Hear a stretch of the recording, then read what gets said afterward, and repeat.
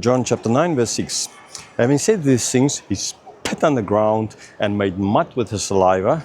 Then he anointed the man's eyes with the mud and said to him, "Go wash in the pool of Siloam," which meant sent. So he went and washed and came back seeing. Okay, now we are standing here on, it's paved, so you can't, there's no dirt around here. There's a little bit maybe, dust, but sure not enough to make, to spit on it and make some clay and put in someone's eyes. Now in Jesus' case, yes, sure, there would have been, because he was not in the Batu case. Right, so by the way, we are here now inside the Batu case. And a month, no less than a couple of weeks ago, I was in Thailand in a cave as well. But there it is for Buddhism, here it's for Hinduism. So I was thinking I need to get to a Muslim cave and a Christian cave as well. I don't know, atheists, I guess they will have caves too. I guess they believe every cave is theirs. But anyhow, that's not the point. Okay, so recording here. Jesus, so it's a blind man. They had the question concerning why he is blind. Is it sin? Jesus said, no, it's not sin. It's for the glory of God, ultimately, God's work. Then he does the work. Right, he said, while I'm in the world, I'm the light, I need to, and he's going to give light to this guy, so he is physical light ultimately to this guy. So he spit then, I mean, this is kind of simple, spit, and I think if you were boys, or at least growing up on a farm, you spit on the soil and make some little mud balls or whatever, right? Maybe throw someone. We used to have this clay, this fight we had to fight there at the river, where we'll take mud, but that's already kind of mud, and put in a stick, bendable stick, and then like throw it to other people. I mean, man, that always led to lots of injuries. But we were boys, and it was those days, and actually, I mean, we all survived, even with all our eyes intact. Now, in this case, Jesus did make this mud. He put it in the man's eyes, and he sent him to go and wash. Right, so to send to the Siloam pool, which means to send. So the name of the pool is sent. So he sent him to the sent pool, kind of, right? So it's a word play. And this guy went, he washed, and he came back seeing. So what ultimately is the point? Why did Jesus send him back? Because this is not so that this guy will do something towards ultimately believing in Christ or anything like this, right? The focus is not on this man and the miracle. So in other words, if he didn't do it, then he would not have been healed. Like the official earlier, if he didn't go back, his son would not have been healed. Right? Now, so did he do something so that the son, so because he did something, he got the miracle?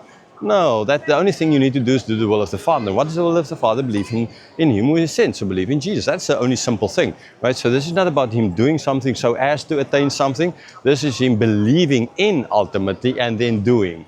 Right? So you can say maybe he was thinking he had nothing to lose. But the fact of the matter is, the Spirit already was working in him, making him want to do this. So therefore he did it. We must not forget that initial step that's taken. It's not his initial step, it's Jesus' step towards him. Right? Not his step towards Jesus' step towards him, which is an important thing. And then because the Spirit made it possible, therefore he went to the pool, he washed, and he came back seeing. John chapter 9, verse 8. The neighbors and those who had seen him before as a beggar were saying, "Is this not the man who used to sit and beg?" So other people, the neighbors and other people seeing him before begging, like I said earlier in my explanation of the verses, that people would have seen him, right? So he would have been a famous guy if he's there from his birth, right? So they're saying, is it not the guy who was begging? And no. Verse 9, some said, "It is he." Others said, "No, but he's like him. He kept saying, 'I am the man.'" Okay, so some say, I mean, because you always have, the liberal Bible scholars who don't believe in miracles, and other people who just plain don't believe in miracles, atheists, for example, they were like, "Nah, it's not him. It's not him because it's a miracle. It's impossible. He's been blind from birth. It can't be him." Okay, so it looks like him. It's like his twin. We all have seen people that look like us somewhere. They say we all have a twin somewhere in this world. Kind of. Some of us more than just one twin. Politicians, they have more than one that looks like them, who's like going to places, so that, like Stalin and those guys, they would have people going to places, so because they were afraid for their lives, kind of. So you never know, is this a real Stalin or not? Okay? So this is like what they're kind of implying here. But he just said, no, I am the man, right? I am the man. Verse 10. So he said to him, then how were your eyes open? So ultimately, so yes, if you are the man, so then how were your eyes open? How did this happen? Okay, that is a question, a very good question. Verse 11, he answered, the man called Jesus made mud and anointed my eyes and said to me, go to Siloam and wash. So I went and washed and received my sight. So from this man, this guy didn't understand. I mean, he knew what happened, but he didn't know who Jesus is. So his answer was, there's this guy, this man, right? Just a man called Jesus. Okay, he must have heard something, because where we're sitting, begging, he must have heard of Jesus. So it's like, he's a man, but it's just a man. There's nothing more than just a man. He anointed my eyes. And he told me to go to Siloam, send, and to wash there. So I did it. Okay, and I got my sight. So exactly how this happened, what are the biological explanations here for what happened, I have absolutely no idea. I just know this is this guy with that name, he did this, and I did, and I went, and I got my sight back. Okay, so this is not a biological explanation. I'm not giving you a atomic explanation or in detail explanation of how the atoms corrected or moved so that I can see what happened in my brain or something like that. No.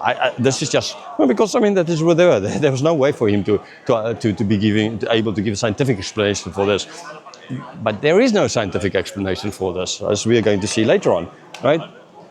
Not the material scientific explanation. There's an explanation that the God who created everything did this. And since the God who's created everything can do, created eyes, so he can recreate things as well. So in a certain sense, there's not a materialistic scientific explanation, but there's a scientific explanation. And that is that God, who does exist, did it. Right? That is science. And so verse 12, they said to him, where is he? He said, I do not know. So they asked him, so where is this guy?